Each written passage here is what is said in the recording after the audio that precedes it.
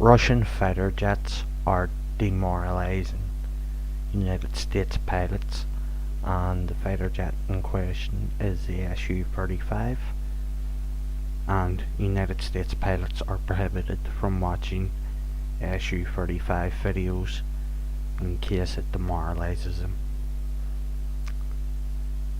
And the Russian Defense Ministry has plans to buy 90 jets.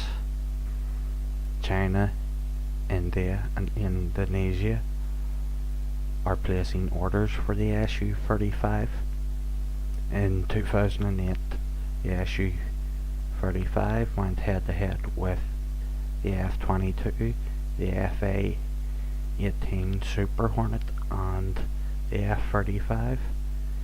In 20 simulated battles, the United States won only once.